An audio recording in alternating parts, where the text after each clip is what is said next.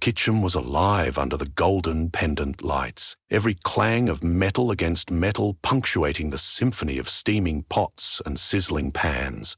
At its center stood Matteo Calderon, head chef of La Meraviglia. He had always possessed an unexplainable passion for his craft. Some chefs flambéed to impress, others relied on years of tradition. Matteo cooked with a mystery so profound, even he didn't fully understand it. He didn't need to. The food spoke for itself.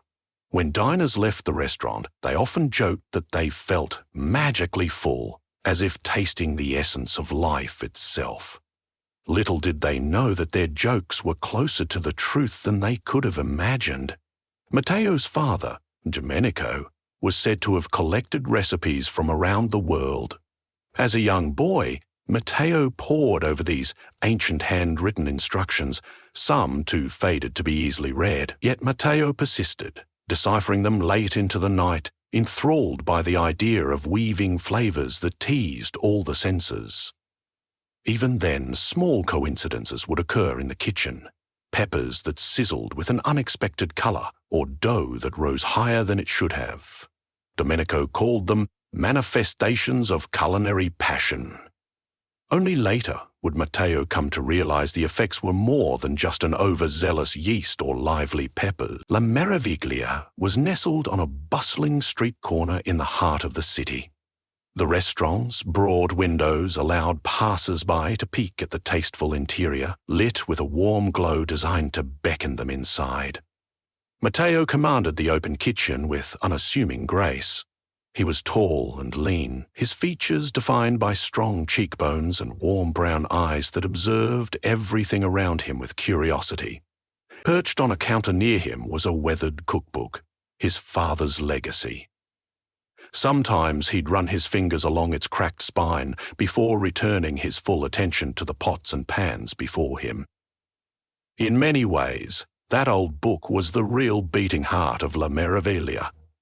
Patrons never missed a chance to request a table as close to the open kitchen as possible, hoping to witness the magic that was Matteo's cooking. One particular evening, a woman named Eliza arrived, looking visibly drained, as though life had lost its spark. Even her clothes seemed subdued, all muted greys and blacks. Eliza ordered the house special, braised lamb with saffron-infused Parmesan polenta. Matteo carefully arranged the dish, adding a dash of an herb that glowed faintly under the stove light, then sent it out with a small smile tugging at his lip. When Eliza took her first bite, her pale face lit with astonishment. She felt an influx of warmth starting in her chest and spreading to her fingertips, as though new energy had begun to flow through her veins, energy she couldn't entirely explain. In the days that followed, Eliza noticed that the dull headaches she'd suffered from for years were gone. More startling, she began to sense other people's emotions intuitively, as if some hidden empathy had awakened inside of her. She could catch hints of sorrow on the voice of a co-worker who smiled too readily, or taste suppressed anger in the air of a tense meeting. It was disconcerting at first, but it also felt empowering. For the first time in her life, she didn't feel invisible. Word spread quietly about Eliza's newfound attunement, though most wrote it off as her simply becoming more empathetic after turning over a new leaf in her personal life. But fleeting whispers among her friends implied something more. She traced the change back to the meal at La Meraviglia, certain that Matteo's braised lamb had done something to her. Instead of confronting him directly, she visited again, curious to test a theory. The second dish she tried, a saffron risotto topped with delicate baby violets, reinforced what she suspected. A gentle jolt of energy tingled through her entire body, as if brushing up against invisible currents in the air. She felt light on her feet for days afterward, her empathic senses even sharper. She decided to stay silent about her revelation until she was sure, but latent magic was no longer just a suspicion. Another regular, Ari Green, was a musician who performed at smoky jazz bars deemed too underground for mainstream acclaim. He had one loyal audience member, Matteo, who frequently slipped in after La Meraviglia closed for the night. Ari's music seeped into the walls and floors like soulful incantations. On a night of subpar tips and a half-empty bar, Ari turned up at La Meraviglia to drown his disappointment in Matteo's late-night special, a rotating dish known only to those who wandered in after hours. That evening, Matteo crafted a mushroom risotto, swirling a hint of star anise for an unorthodox licorice note. As Ari savoured each forkful, a different kind of excitement sparked in his mind. If Eliza's transformation was subtle empathy, Ari's was something else entirely. Later that week, on stage at a small downtown club, Ari felt his trumpet vibrate in his hands in a way it never had before. When he played, he could see faint swirling shapes of coloured energy around the audience, an aurora triggered by the notes themselves. As he continued to play, the shapes morphed. Responding to each shift in melody, the crowd sat enraptured, some with mouths slightly open, others with tears welling in their eyes.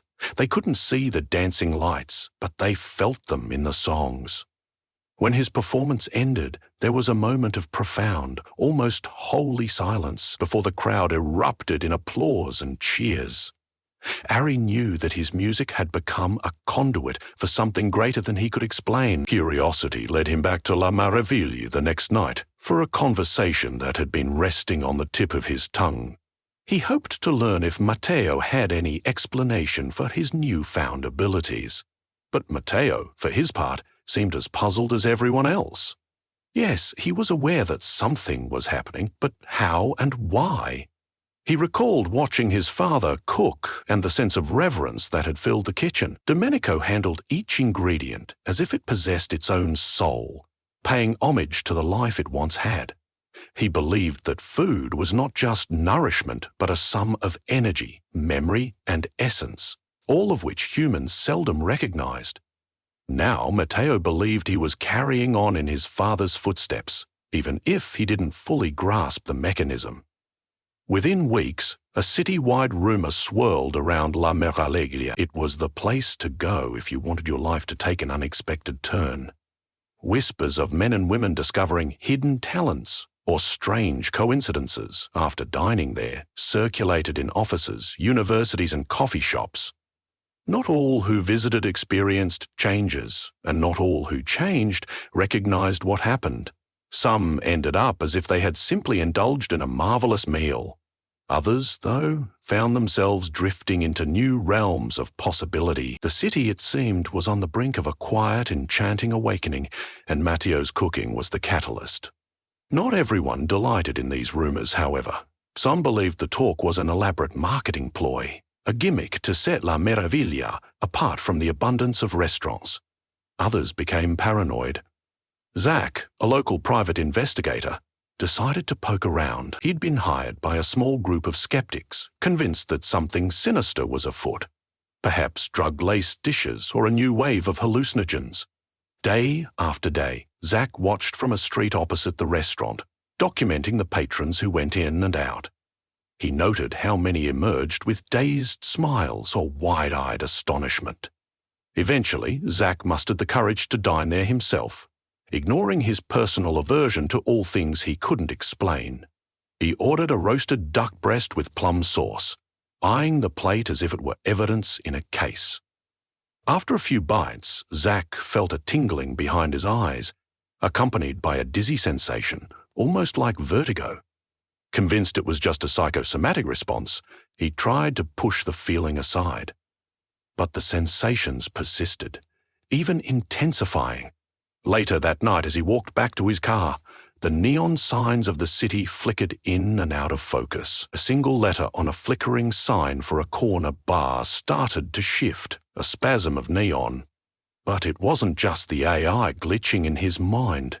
He noticed he could pick out voices from across the street amid the ambient din of passing cars, as though his hearing had dialed into a new wavelength. The next morning, his body felt lighter, sprier, and when he closed his eyes, he could make out faint lines of silver in the darkness, threading through space in complex patterns. He realized with a jolt that the lines resembled the spiderweb of city intersections. He was perceiving them in his mind as if he'd memorized a living map. Consumed with curiosity, Zach returned to La Merlivlia under the pretense of investigating further, but this time, the skeptic in him was overshadowed by a growing hunger for answers. He confronted Matteo in a calm but firm tone, explaining how he'd been hired to find out if the chef was mixing illegal substances into the dishes. Matteo laughed at the very idea, though not dismissively. He invited Zach into the kitchen to watch him cook, to observe every step. Zach stood off to the side, notebook in hand, as Matteo chopped onions, sprinkled herbs, and boiled pasta. There was no sign of anything illicit, just a reverence for what he called the honest interplay of flavors. Yet sometimes the steam rose in swirling designs that seemed too perfect, too intricate. Zach asked if those patterns were indeed just steam. Matteo replied quietly, "Sometimes it's more than that." The real turning point arrived during a grand tasting dinner to celebrate the restaurant's 3rd anniversary. Dozens of guests arrived from all corners of the city: food critics, neighborhood regulars, adventurous gourmands, and the simply curious.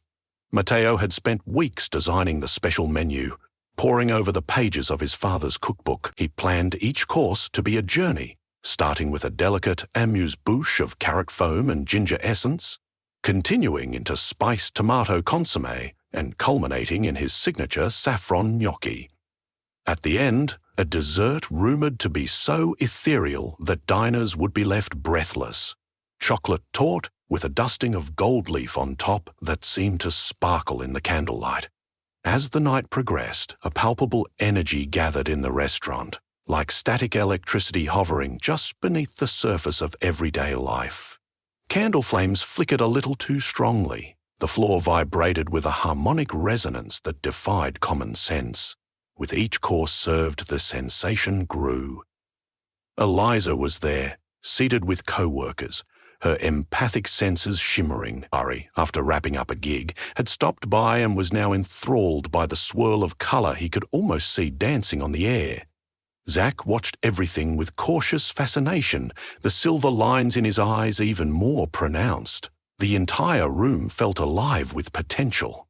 When the dessert arrived, Matteo stepped out from the kitchen to address the diners. He was usually an introvert, preferring the sanctuary of his stoves and cutting boards, but something compelled him to speak. He explained the inheritance of his father's cookbook, the secrets inscribed in its pages, though he stopped short of revealing everything.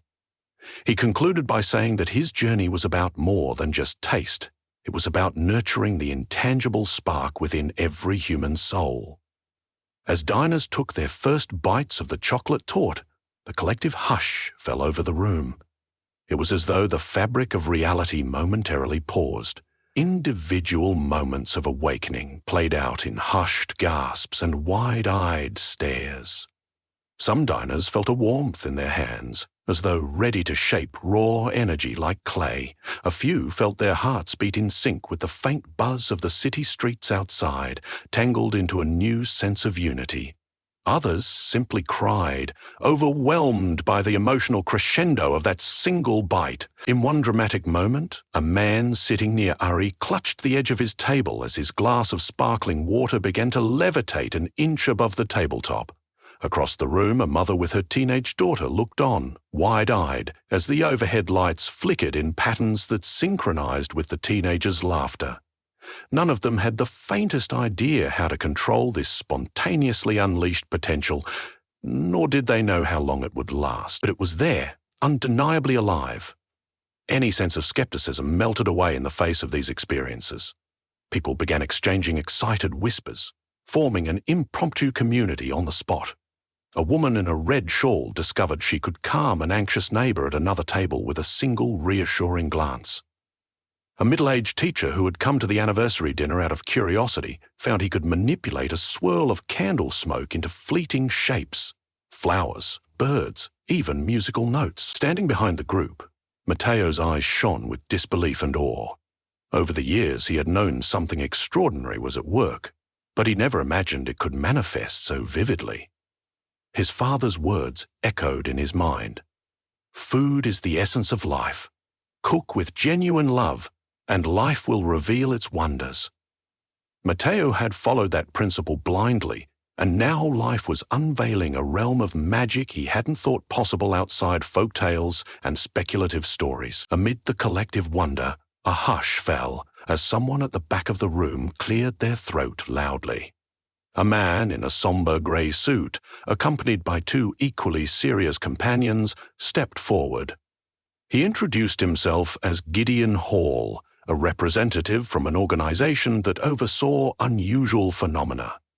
Matteo's heart sank. He had glimpsed such men in his youth, men who came calling with polite but firm questions whenever Domenico's cooking effects ventured into bizarre territory. Their presence was rarely a favorable omen.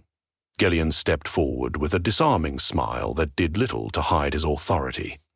"What we're witnessing here is extraordinary, Chef Calderon," he said, "but it also has the potential to upset the delicate equilibrium of our society.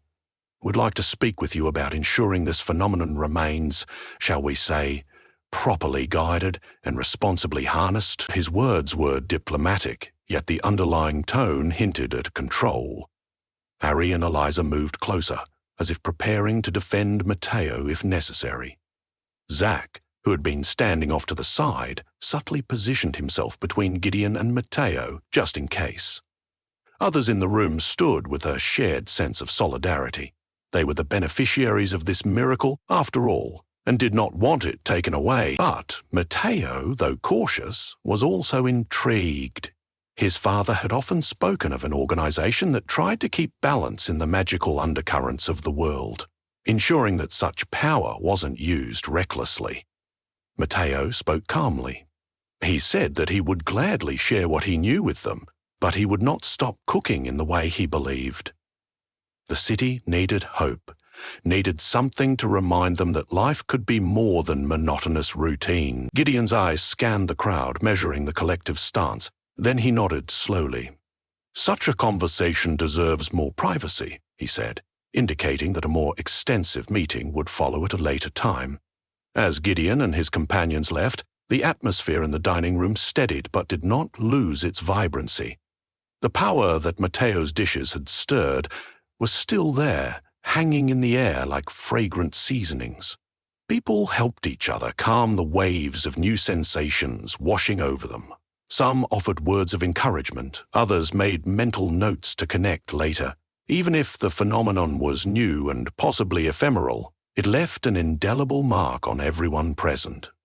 Matteo, wiping sweat from his brow, took a moment to compose himself. The biggest wave of realization he felt was not about magic or hidden abilities, but about community. What filled La Meraviglia that night was a sense of collective wonder and unity.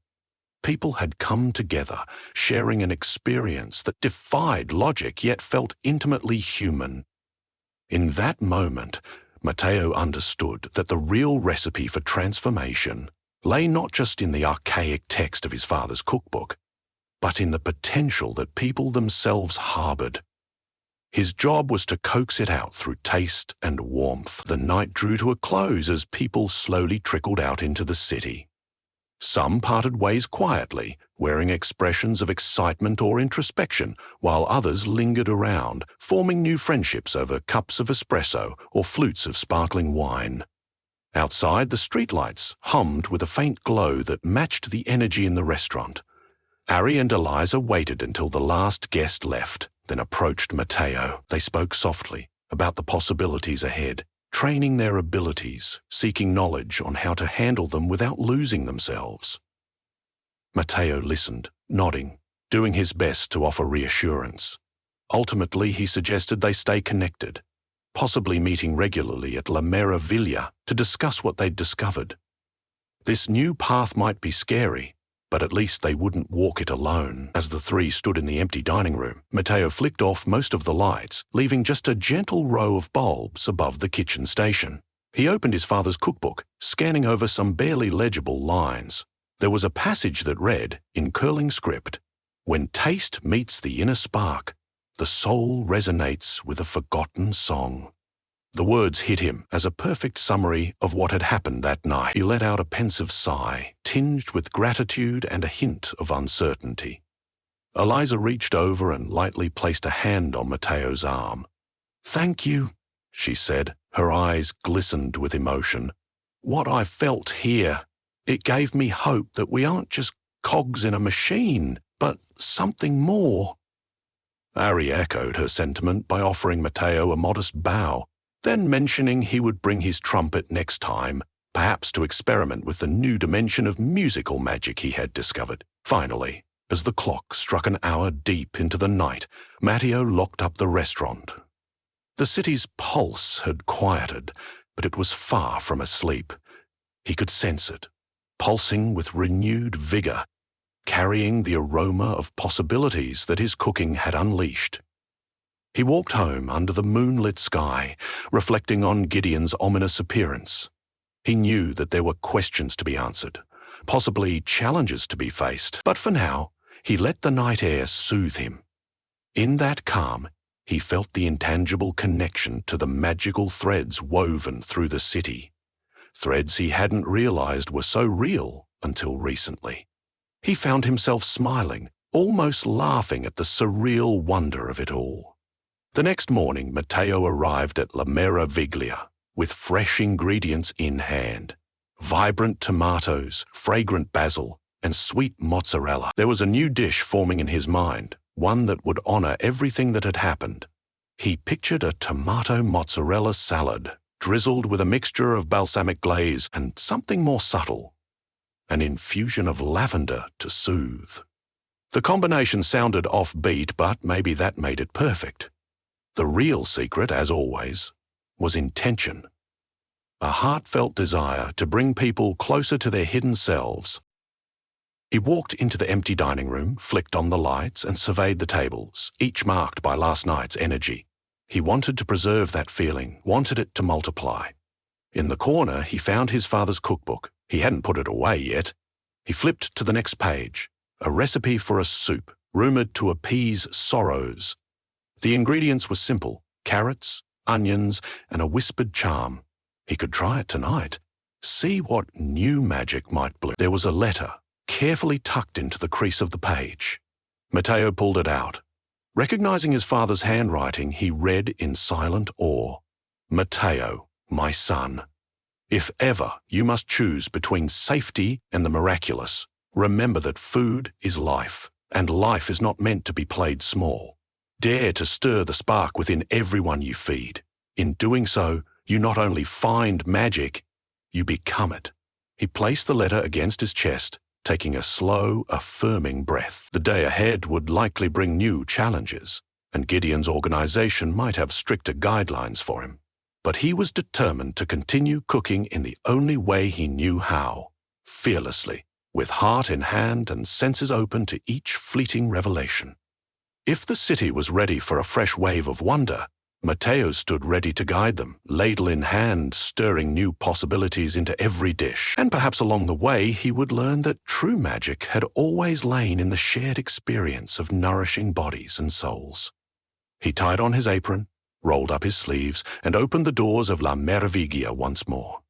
Even if no one ever fully understood the depth of the transformation his cooking offered, the city was already changing, growing more vibrant, more daring, more alive. And he, Matteo Calderon, would be there in the midst of it all, tasting each kernel of magic in every simmer and stir. With a confident amble, he made for the kitchen. The city was hungry, and he was ready to serve them more than just a meal. He was ready to feed their awakening souls.